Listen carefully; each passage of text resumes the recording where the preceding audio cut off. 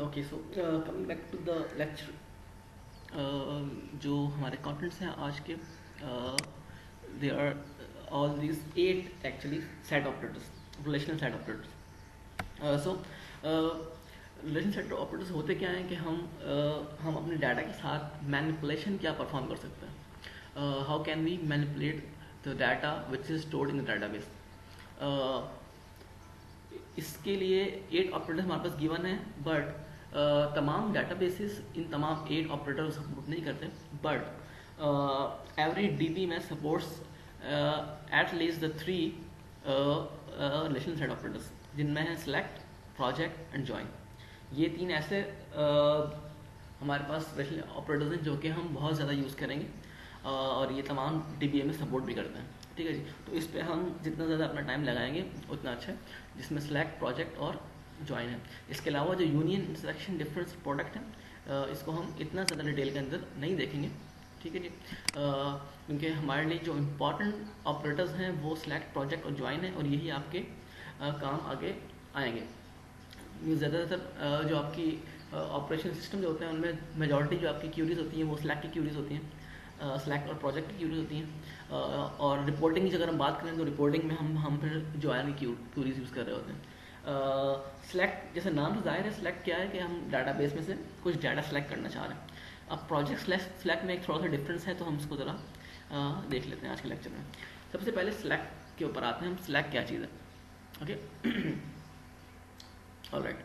सो select का मतलब ये है कि हमारे पास एक टेबल है, डाटाबेस में एक टेबल स्टोर्ड है, उसमें से हम एक कोई पर्टिकुलर रिकॉर्ड कोई पर्टिकुलर रिकॉर्ड्स या तमाम उस टेबल के रिकॉर्ड्स सेलेक्ट करवा के लेके आ रहे हैं. ठीक है जी. फॉर एग्जांपल हमारे पास एक टेबल है जो कि यहाँ पे दिया गया है. ठीक है. इस टेबल में से मैं सेलेक्ट कर रहा हूँ तमाम रिकॉर्ड, सेलेक्ट ऑल. ठीक है जी. तो सेलेक्ट ऑल की जो क्यूरी होगी मेरी, जो तमाम रिकॉर्ड इसी टेबल से लेके आ जाएगी. ठीक है जी. और मुझे डिस्प्ले कर देगी स्क्रीन के ऊपर. ठीक है जी. ओके. अच्छा, एक और काम भी मैं कर सकता हूँ. मैं सेलेक्ट करूँ किसी पर्टिकुलर एट्रीब्यूट की बेस पे. For example select only price less than, this is not a query, this is just for your just for the concept. Select only price that is less than $2. Okay.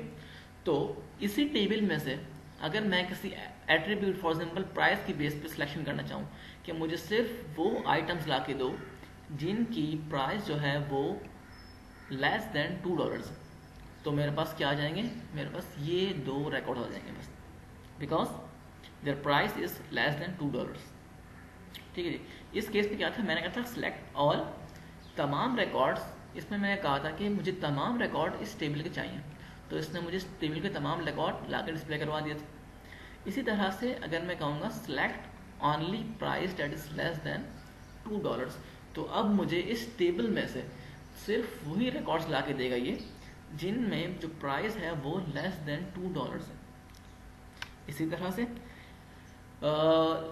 मैं इसको किसी specific value की base पे भी retrieval करवा सकता हूँ. For example select only the product code equal to 311452.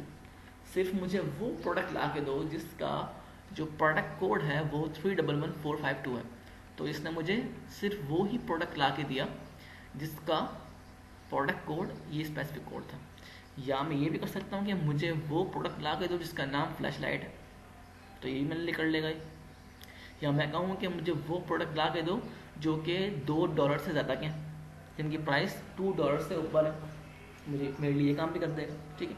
तो इसको अगर मैं समराइज करूँ तो जो सेलेक्ट की क्यूरी है, सेलेक्ट की क्यूरी एक्चुअली आपकी टेबल को हॉरिजॉन्टली स्प्लिट कर रही होती है. आप अपने टेबल को हॉरिजॉन्टली स्प्लिट करके ले आते हैं. फॉर एग्जाम्पल ये टेबल था, इसमें आपने कुछ भी आपने कहा तमाम चीज़ें ले आओ, तो ये तमाम चीज़ें लेकर आ गया आपके लिए. ठीक है. इसमें इसने कहा कि $2 से जो कम की चीज़ें वो ले आओ, तो उसने हॉरिजॉन्टली स्प्लिट कर दिया टेबल को. जो $2 से ज़्यादा की चीज़ें उनको अलग कर दिया, और जो कम की थी उनको अलग करके यहाँ पर दिखा दिया. इसी तरह से प्रोडक्ट कोड, हमें क्या स्पेसिफिक प्रोडक्ट कोड चाहिए हमें, तो उसने उस पर्टिकुलर रॉ को हॉरिजॉन्टली अलग कर दिया और अलग करके हमें दिखा दिया। ठीक है, इसमें जो चीज़ आपने नोट करने की वो ये करने की है कि स्लैक की जितनी भी क्यूरीज हैं, स्लैक की क्यूरीज में हमेशा जितने number of attribute original table में थे वो ही नंबर ऑफ एट्रीब्यूट हमारे फाइनल जो हमारे पास डिस्प्ले होगा टेबल उसमें भी होंगे। हमारे नंबर ऑफ एट्रीब्यूट्स में कोई चेंजेस नहीं आएंगी, जो चेंजेस आएंगी नंबर ऑफ रिकॉर्ड्स के अंदर आएंगी। ठीक है जी, तो सिलेक्ट की जो क्यूरी है वो हमारे नंबर ऑफ एट्रीब्यूट्स को नहीं छेड़ती, नंबर ऑफ एट्रीब्यूट्स के अंदर कोई चीज़ चेंज नहीं करती, वो हमें नंबर ऑफ रिकॉर्ड्स ऊपर नीचे करके दिखाती है बस। ठीक है जी, तो हमारे जो सिलेक्ट की क्यूरी है उसका ताल्लुक किसके साथ है, नंबर ऑफ रिकॉर्ड के साथ। सिलेक्ट की क्यूरी की बेस पे हम अपने नंबर ऑफ रिकॉर्ड्स को लिमिट कर सकते हैं कि मुझे तमाम रिकॉर्ड चाहिए, मुझे वो रिकॉर्ड चाहिए जिनकी प्राइस ये है, मुझे वो रिकॉर्ड चाहिए जिनका नाम ये है, मुझे वो रिकॉर्ड चाहिए जिनका प्रोडक्ट कोड ये है, एटसेट्रा। ठीक है जी, तो इसमें आप देखें कि आपके तमाम एट्रीब्यूट्स वही रहे हैं जो भी हमने क्यूरीज यहाँ पे रन की हैं। ठीक है,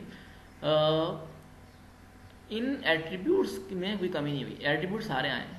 कमी किस चीज़ में हुई है, रिकॉर्ड्स के अंदर। यहाँ सारे रिकॉर्ड आ गए, यहाँ कुछ रिकॉर्ड आया, यहाँ और कम हो गए। ठीक है जी, अच्छा, अगर आपको सिलेक्ट समझ आ गया तो प्रोजेक्ट और सिलेक्ट को कंपेयर करना बहुत आसान है हमारे लिए। ठीक है, इसको अगर हम देखें, प्रोजेक्ट क्या चीज़ है, प्रोजेक्ट का मतलब ये है कि हम एक टेबल में से कुछ डाटा सेलेक्ट करें, बट वो डाटा हम एट्रीब्यूट बेस्ड सेलेक्ट करें।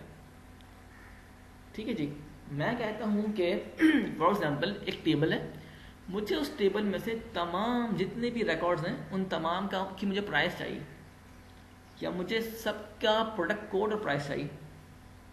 ठीक है, या मुझे सबकी प्रोडक्ट डिस्क्रिप्शन और प्राइस चाहिए, या प्रोडक्ट कोड और प्राइस चाहिए। ठीक है, अब इस केस में मैं क्या कर रहा हूँ, इस केस में नहीं भी सिलेक्शन कर रहा हूँ, बट ये सिलेक्शन कहलाती है प्रोजेक्शन।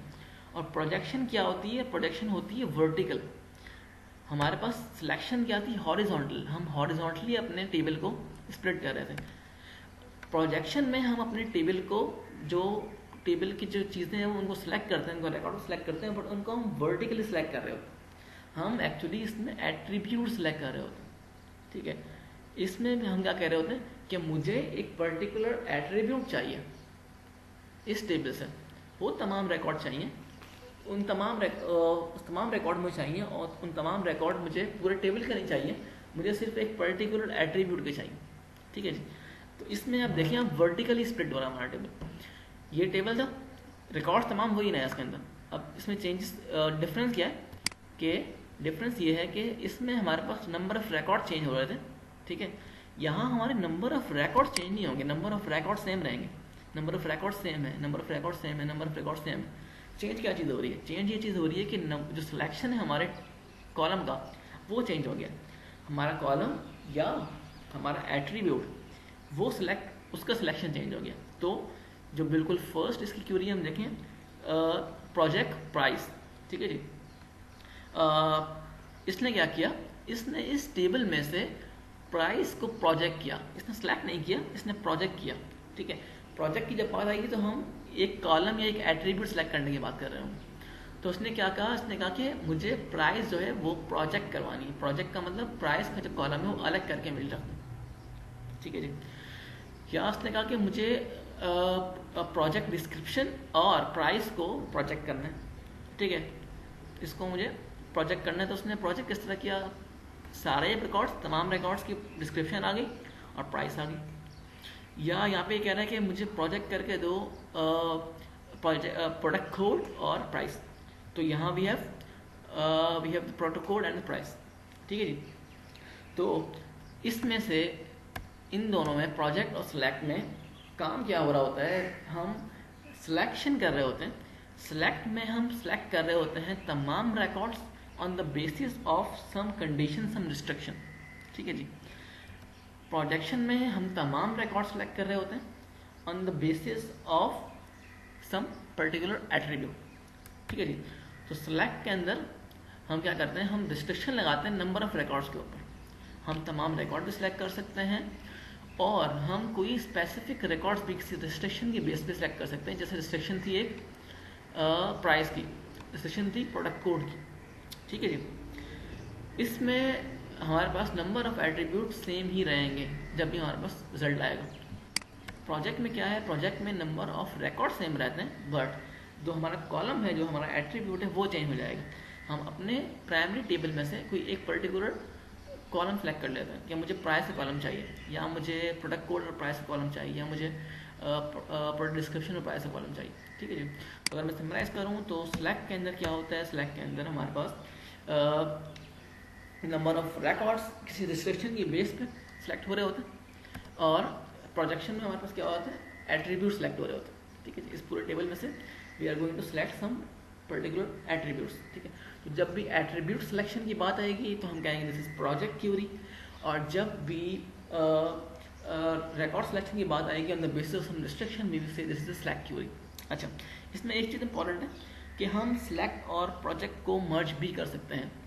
आगे जाके हम इसको मर्ज भी करेंगे जब हम क्यूरीज की बात कर रहे होंगे, तो हम सिलेक्ट और प्रोजेक्ट को किस तरह से मर्ज कर सकते हैं। फॉर एग्जांपल, अगर मुझे सेलेक्ट करना है इस पर्टिकुलर टेबल में से प्रोडक्ट कोड और प्राइस लेस देन $2 होनी चाहिए।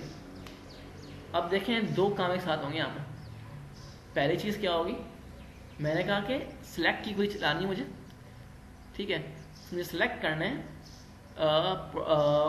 प्रोडक्ट कोड और price on the basis of the price that is less than $2। अब जो रिस्ट्रिक्शन आ गई प्राइस की, ये कहलाएगी सिलेक्ट, क्योंकि सिलेक्ट क्यूरी में हम रिस्ट्रिक्शन लगाते हैं। और दूसरी चीज़ मैंने कहा कि मुझे प्रोडक्ट कोड और प्राइस चाहिए, मैंने कहा कि मुझे 2 कॉलम चाहिए बस, मुझे 3rd कॉलम नहीं चाहिए। अब ये कौन सी क्यूरी होगी, ये होगी प्रोजेक्ट की। ठीक है जी। तो मैंने क्या किया, मैंने प्रोजेक्ट और सिलेक्ट की क्यूरी को मिक्स करके एक नई क्यूरी बना दी, और मैंने कहा कि भाई मुझे प्रोडक्ट कोड चाहिए, मुझे प्राइस चाहिए, और प्राइस जो है वो लेस देन $2 होनी चाहिए। तो प्रोडक्ट कोड और प्राइस मेरे पास कुछ इस तरह का रिजल्ट आएगा, और इसमें भी सिर्फ वो रिकॉर्ड्स आएंगे जिनकी प्राइस लेस देन $2 होगी। मीन्स दीज रिकॉर्ड्स सिर्फ बैटरी एंड ग्लोब। ठीक है जी, सिर्फ ये दो मेरे पास रिकॉर्ड्स आएंगे। ठीक है जी, और ये तमाम बाकी रिकॉर्ड जिनकी प्राइस ग्रेटर देन $2 वो नहीं आएगी। ठीक है। अच्छा, इसके अगर हम छोटे से एग्जांपल देख लें अगर MySQL के ऊपर, इसकी क्यूरी लिखते कैसे हम, इसका सिंटेक्स जरा देख लें हम। इसका सिंटेक्स क्या होता है, एक सिलेक्ट की क्यूरी लिखने का सिंटेक्स। अच्छा जी, फॉर एग्जांपल मैं जो मेरा एम्प्लॉय टेबल है उसमें से मैं तमाम रिकॉर्ड सेलेक्ट करना चाहता हूँ। ठीक है जी, तो सिलेक्ट की क्यूरी का सिंटेक्स क्या होता है, सिलेक्ट, अगर मैं सिलेक्ट करना चाह रहा हूँ तमाम रिकॉर्ड्स, तो I will write static select static from the table name is employee, semicolon.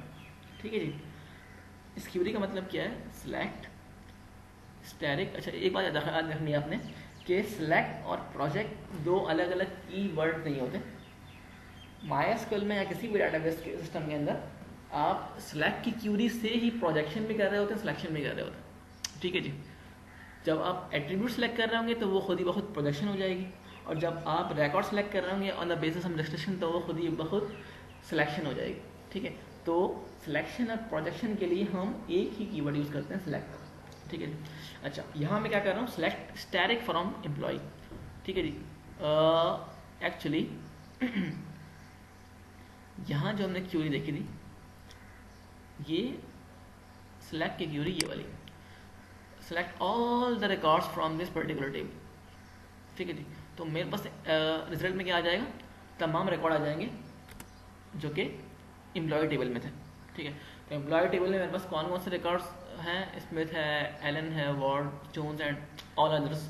ठीक है जी, इसके अलावा मेरे पास एट्रीब्यूट कौन कौन से, we have employee number, we have name, we have job, we have boss, we have hire date, we have salary, we have commission, we have department number. ठीक है जी, तो मैंने क्या किया, मैंने कहा select all the records from select static means all the records, select all the records from the employee table. ठीक है जी, इसने मेरी सिलेक्ट करके रख दिया। ठीक है जी।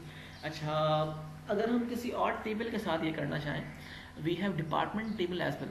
तो अगर मैं क्यूरी लिखूँ, एम्प्लॉय की जगह मैं लिख दूँ department, okay that is mistake in spelling, department, okay. So अभी मैंने क्या किया, मैंने सेलेक्ट कर ली तमाम records from the department table, ठीक है जी। तो मेरे पास क्या क्या आ गया, मेरे पास एक तमाम डिपार्टमेंट, जो कि 4 डिपार्टमेंट है इस वक्त, accounting, research, sales and operations. मेरे पास इन डिपार्टमेंट का नंबर, उनका नाम और उनकी लोकेशन आ गई, ठीक है। और यही चीज़ें जो है इनके प्राइमरी टेबल के अंदर भी मौजूद थी, ठीक है जी। अच्छा जी, वापस चलते हैं हमारे एम्प्लॉय टेबल पे। अच्छा, ये था सिलेक्शन, ठीक है जी। अब सिलेक्शन में हमने क्या कर सकते हैं, हम सिलेक्शन में रिकॉर्ड्स को किसी पर्टिकुलर रिस्ट्रिक्शन की बेस पे हम रिकॉर्ड्स को फिल्टर आउट भी कर सकते हैं, ठीक है जी। तो वो कौन सी क्यूरीज हैं, उनको भी हम देखेंगे, ठीक है। एक छोटी सी एग्जांपल देख लेते हैं आपके लिए यहाँ पे। For example, select static from employee, ठीक है जी। अच्छा, मुझे अगर सिर्फ डिपार्टमेंट नंबर 10 के एम्प्लॉयज़ चाहिए, ठीक है जी, मुझे अगर सिर्फ डिपार्टमेंट नंबर 10 के एम्प्लॉयज़ चाहिए, तो मैं क्या करूँगा, हमारे पास फॉर्म के साथ अब अगर मुझे रिस्ट्रिक्शन ऐड करनी हो, तो रिस्ट्रिक्शन के लिए हम एक कीवर्ड यूज़ करते हैं जो है वेयर, ठीक है। सेलेक्ट स्टैटिक फ्रॉम एम्प्लॉय, ठीक है जी, सेलेक्ट स्टैटिक फ्रॉम एम्प्लॉय, तमाम एम्प्लॉय सेलेक्ट करो, where department number is equal to 10,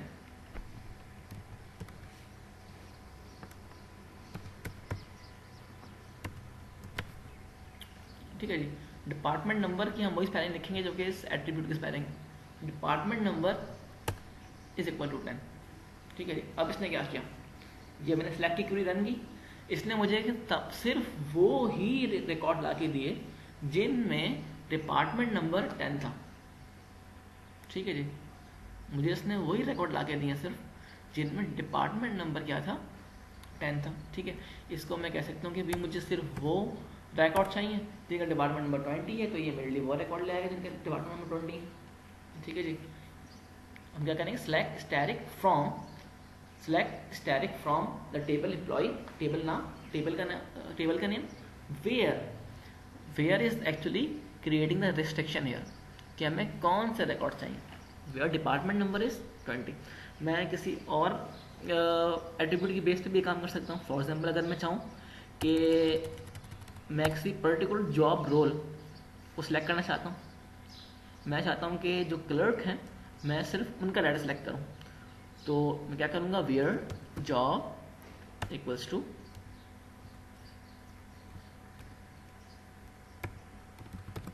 clerk, ठीक है जी। मैंने कहा जॉब इक्वल्स टू क्लर्क। अब इसने क्या किया, इसने मुझे, अब मैंने जॉब की बेस पे रजिस्ट्रेशन लगाई। हम किसी भी एट्रीब्यूट की बेस पे रजिस्ट्रेशन लगा सकते हैं, ठीक है जी। ज़रूरी नहीं है कि हम हमेशा किसी न्यूमेरिक एट्रीब्यूट की बेस पे रजिस्ट्रेशन लगाएं, हम किसी भी एट्रीब्यूट की बेस पे रजिस्ट्रेशन पुट कर सकते हैं। मैंने कहा select static from employee where job equals to clerk, इसने मुझे सिर्फ वो एम्प्लॉय ला के दे दी जिनकी जॉब क्या है, क्लर्क है, ठीक है जी। अच्छा, इसमें आप देख रहे होंगे मैंने डबल कोट्स ऐड किए हैं। डबल कोट्स मैंने इसलिए ऐड किए क्योंकि ये स्ट्रिंग वैल्यू, ठीक है जी, ये स्ट्रिंग वैल्यू, जब भी आप एक स्ट्रिंग वैल्यू की बेसिस पे रजिस्ट्रेशन लगा रहे होंगे तो आपको उसको सिंगल कोट्स के अंदर लिखना होगा, ठीक है जी। इस तरह से कोट्स के अंदर लिखना होगा। कोट्स ये बता रहा होता है कि ये एक स्ट्रिंग है, एक स्ट्रिंग लिटरल है, एक नंबर नहीं है, ठीक है, ये एक स्ट्रिंग है। जैसे इस केस में हमारे पास नाम जो है, नेम का एट्रीब्यूट एक स्ट्रिंग है, जॉब का एट्रीब्यूट एक स्ट्रिंग है, स्ट्रिंग वैल्यू है, ठीक है, ठीक है। इसी तरह से हायर डेट भी एक हमारे पास एक, इसको भी हम स्ट्रिंग वैल्यू भी कंसिडर करते हैं, ठीक है, क्योंकि इसमें ये डैशेज आ रहा होता है। Alright, okay. सो ये हो गया हमारे पास। अच्छा, अब अगर मैं एक और काम भी कर लेता हूँ यहाँ पे कि अगर मुझे कोई पर्टिकुलर एम्प्लॉय सेलेक्ट करना है एम्प्लॉय नंबर की बेस पे, तो मैं कहूँ कि मुझे एम्प्लॉय नंबर चाहिए जिसका नंबर है फॉर एग्जांपल 7369, ठीक ठीक है जी, मुझे एक ही एम्प्लॉय चाहिए। मैंने एंटर प्रेस किया, मेरे पास अब उसने सिर्फ मुझे वो एम्प्लॉय ला के दिया है जिसका एम्प्लॉय नंबर क्या था, 7369 था। ठीक है जी। तो अगर मैं समराइज करूँ उसको, तो मुझे अगर तमाम रिकॉर्ड सेलेक्ट करना है तो मैं क्या करूँगा, सेलेक्ट स्टैटिक फ्रॉम एम्प्लॉय। और अगर मुझे रिस्ट्रिक्शन पुट करनी है किसी एट्रीब्यूट के बेस पे, तो मैं आप क्यूरी के आखिर में क्या लिखूंगा, वेयर, और फिर अपनी restriction, where department number is this, where salary is for example greater than this, where hire date is greater than or less than this particular value, or where the job is this, or where the employee number is this, etc. ठीक है। एक और Curie हम छोटे से यहाँ पे salary की बेस पे भी हम इसको रिस्ट्रिक्ट करके देख सकते हैं। where सैलरी को अगर मैं कहूँ should be like greater than 2000। ठीक है जी। अब मेरे पास सिर्फ उन एम्प्लॉयज़ की सैलरी आ गई है जिनकी सैलरी ग्रेटर देन 2000। ठीक है जी, ऑलराइट। ओके। इसकी और बहुत सारे एग्जांपल्स आप लोगों के साथ शेयर कर दी जाएंगी। ठीक है जी। एक मैं कोशिश करूँगा एक अलग से मैनुअल बना लूँ, एक जैसे एक लैब मैनुअल होता है और उसमें बहुत सारी क्यूरीज आप लोगों के लिए इसमें लिख दूँ मैं, और आप लोगों के लिए एक लैब टास्क जो है वो, क्योंकि लैब का कोर्स आपका है नहीं, तो आपके जो लैब टास्क हैं वो भी फिर थ्योरी में ही कवर होंगे। तो इस क्लास के बाद जो आपको असाइनमेंट मिलेगा वो एक्चुअली आपके लैब टास्क ही होंगे, जिनमें आपको डिफरेंट क्यूरीज लिखने को दी जाएंगी और आप वो क्यूरीज लिख के उनका रिजल्ट जो है इसका स्क्रीनशॉट सबमिट कर रहे हैं। ठीक है जी, ऑलराइट। अच्छा, हमने अभी तक बात कर ली थी किसकी, हमने बात कर ली थी स्लैक की। ठीक है, अब हम चलते हैं प्रोजेक्ट की तरफ। प्रोजेक्ट में मैंने आपसे क्या कहा था कि प्रोजेक्ट क्या होता है, project is selecting some specific attributes from the original database table like this one. ठीक है जी, लाइक दिस वन। अब इसमें क्या होता है, इसमें नंबर ऑफ रिकॉर्ड सेम रहेंगे आपके। ठीक है जी, जैसे सेलेक्ट स्टैटिक फ्रॉम एम्प्लॉय हम करते हैं तो इसका मतलब होता है कि तमाम रिकॉर्ड ले आओ एम्प्लॉय टेबल के। तो रिकॉर्ड तो हमारे पास, हमने जो अब तक क्यूरीज रन की स्लैक की क्यूरीज के अंदर हमारे पास क्या था, रिकॉर्ड नंबर ऑफ रिकॉर्ड्स जो थे वो ऊपर नीचे हो रहे थे, कम ज़्यादा हो रहे थे। ठीक है। प्रोजेक्ट में क्या होता है, प्रोजेक्ट में नंबर ऑफ कॉलम्स कम ज़्यादा होंगे। ठीक है, नंबर ऑफ रिकॉर्ड सेम रहेंगे। तो इसके लिए क्यूरी क्या लिखूंगा मैं, सेलेक्ट स्टैटिक फ्रॉम एम्प्लॉय की जगह मुझे अब कुछ और लिखना होगा। ठीक है, यहाँ स्टैटिक का मतलब क्या होता है, स्टैटिक का मतलब होता है तमाम जितने भी एट्रीब्यूट्स हैं तमाम लेकर आ जाओ। स्टैटिक का मतलब होता है all, select all from employ, all the tables, all the attributes and all the records. Select static का मतलब है all the attributes and all the records, सब कुछ लेकर आ जाओ। यहाँ अगर मैं स्पेसिफाई कर दूँ कि मुझे कोई पर्टिकुलर एट्रीब्यूट्स चाहिए, ठीक है, तो ये क्यूरी बन जाएगी प्रोजेक्ट की क्यूरी। उसके लिए मुझे अलग कीवर्ड यूज करने की जरूरत नहीं। फॉर एग्जाम्पल मैं कहता हूँ कि select employee number, name and salary. ठीक है जी, मैं कहता हूँ कि मुझे बस ये 3 एट्रीब्यूट चाहिए बस। Select employee number, comma separate करके मैंने कहा second attribute name, comma salary from employee. मैंने एंटर किया, अब देखिए मेरे पास तमाम रिकॉर्ड्स आ गए। बट अब क्या हुआ, अब मेरा जो टेबल है वो वर्टिकली स्प्लिट हो गया। अब मेरे पास now we have employee number, employee name and salary only these 3 attributes. अच्छा, इसको पहले अगर मैं आपको सिर्फ एक टेबल सेलेक्ट करके दिखा दूँ, फॉर एग्जाम्पल मैं इसको आपको पहले सिर्फ नेम सेलेक्ट करके दिखा देता हूँ। ठीक है जी, मैं कहता हूँ कि select name from employ, select name from employee. ठीक है जी, इसने क्या करके दे दिया मुझे, इसने मुझे सिर्फ नाम का जो कॉलम है, नेम का जो कॉलम है, इस पूरे टेबल में से सिर्फ वो सिलेक्ट करके दे दिया। ठीक है जी, मैं कहता हूँ कि मुझे एम्प्लॉय नंबर, नेम और सैलरी चाहिए, तो ये मेरे लिए एम्प्लॉय नंबर, नेम और सैलरी लेकर आ जाएगा। ठीक है जी, अगर मैं इसमें कुछ ऐड करना चाहूँ, मैं कहता हूँ सैलरी के साथ मुझे इसकी हायर डेट भी ला के दे दो, तो उसने मुझे employee number, employee name, salary और हायर डेट दोनों चीज़ें ला के दे दी। ठीक है जी, मैं कहता हूँ कि मुझे हायर डेट के साथ आप मुझे डिपार्टमेंट नंबर भी ला के दे दें। ठीक है जी। तो इसने मुझे employee name, number, salary, hire date and department number मिला के दे दिया, ठीक है जी। तो हम अपनी मर्जी से अगर कोई कॉलम सेलेक्ट करना चाहें डाटाबेस टेबल में से, तो उसको हम कहते हैं this is the project query, ठीक है जी। अच्छा, आई थिंक ये चीज़ आपको क्लियर हो चुकी होगी। अब मैं आपसे एक बात की थी कि हम इसको कंबाइन भी कर सकते हैं। अगर मैं सिलेक्ट और प्रोजेक्ट की क्यूरीज को कंबाइन करना चाहूँ तो मैं ये काम भी कर सकता हूँ कि एक ही वक्त में मैं तमाम एट्रीब्यूट सेलेक्ट करने के बजाय कुछ पर्टिकुलर एट्रीब्यूट सेलेक्ट कर रहा हूँ और मैं रिस्ट्रिक्शन रिपोर्ट कर रहा हूँ। मुझे तमाम रिकॉर्ड्स भी नहीं चाहिए और मुझे तमाम एट्रीब्यूट भी नहीं चाहिए, ठीक है। नाउ हम काम कैसे करेंगे? अच्छा जी, बहुत सिंपल है। वही रिस्ट्रिक्शन जो हम पुट कर रहे थे सेलेक्ट क्यूरीज के अंदर, select static from employee where something something, ठीक है जी, वही काम हम यहाँ भी कर रहे होंगे। फॉर एग्जाम्पल वही क्यूरी में एज इट इज लिखूंगा select employee name, number, name, salary, hire date, department number, from employee और where department number for example is equal to 10, ठीक है जी। अब ये मेरी क्यूरी जो बनेगी ये क्या बनेगी? Select and project at the same time, ठीक है जी। अब इस क्यूरी ने क्या किया? इस क्यूरी ने इस टेबल को वर्टिकली भी स्प्लिट कर दिया और हॉरिजॉन्टली भी स्प्लिट कर दिया। At the same time, this query is splitting the table horizontally and vertically. This table is selecting the records on the basis of a particular restriction, that is department number, and this query is selecting some selected number of attributes, not all the attributes, ठीक है जी। अच्छा, इसको मैं अगर restrict करना चाहूँ और मैं चाह रहा हूँ कि फॉर एग्जाम्पल मुझे हायर डेट नहीं चाहिए, मैं खत्म कर देता हूँ हायर डेट को, ठीक है जी। Now we have employee number, employee name, salary and department number, ठीक है जी। मैं रिस्ट्रिक्शन अपनी चेंज कर रहा हूँ। मैं कह रहा हूँ कि डिपार्टमेंट नंबर की बेस पर मुझे रिस्ट्रिक्शन नहीं लगानी, मुझे लगानी है फॉर एग्जांपल सैलरी बेस पर, ठीक है। Where salary is let's say less than 2000,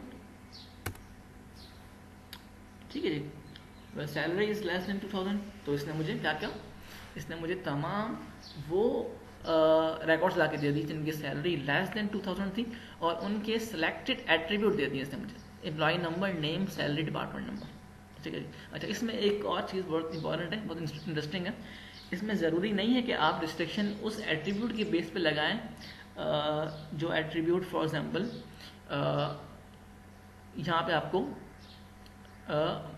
numeric value के अंदर या न्यूमेरिक वैल्यू के अंदर मिल रहा है। आप किसी स्ट्रिंग वैल्यू की बेसिस पे भी ये रिस्ट्रिक्शन अप्लाई कर सकते हैं। जैसे अगर आपको याद हो कि हमने एक रिस्ट्रिक्शन अप्लाई की थी जॉब की बेस पे कि उसका जो फॉर एग्जांपल जॉब रोल क्या होगा, ठीक है जी। तो जॉब इक्वल्स टू हमने कहा था कि जॉब इक्वल्स टू क्लर्क, ठीक है जी। Where job equals to clerk. अब देखें select employee number, name, salary from and department number from employee where job equals to clerk.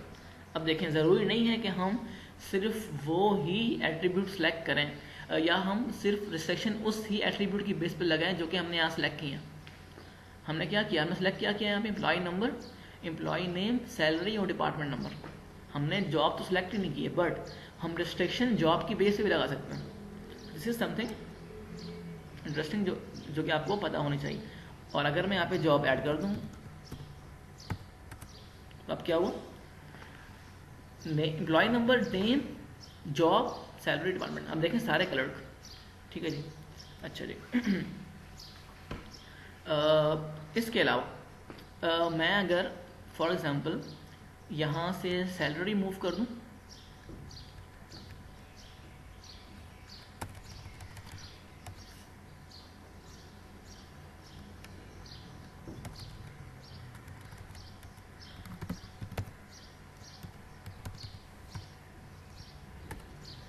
ठीक है जी। अब देखें मैंने कहा कि सिलेक्ट करो एम्प्लॉय नंबर, नेम, जॉब और department number from employee where the salary is greater than 2000। अब इसने क्या किया मेरे लिए? इसने मेरे लिए तमाम वो 4 एट्रीब्यूट जो मैंने कहा था वो सिलेक्ट करके रख लिया उसने, and the salary is greater than 2000। हमें सैलरी नज़र नहीं आ रही, बट इसने जो रिस्ट्रिक्शन अप्लाई की है वो सैलरी की बेस पे की है, ठीक है। तो ज़रूरी नहीं है कि हम सिर्फ रिस्ट्रिक्शन उन एट्रीब्यूट की बेस पे लगाएं जो हमने यहाँ सेलेक्ट किए, ठीक है। हम जो भी एट्रीब्यूट उस टेबल के अंदर है उनकी बेसिस पे रिस्ट्रिक्शन ऐड कर सकते हैं, ठीक है। अब अगर हम सैलरी का एट्रीब्यूट ऐड करके चेक कर लें, वेरीफाई कर लें कि वो सैलरीज वाकई जो है वो ग्रेटर देन 2000 है या नहीं है, तो these are all greater than 2000। Okay जी, ऑल राइट।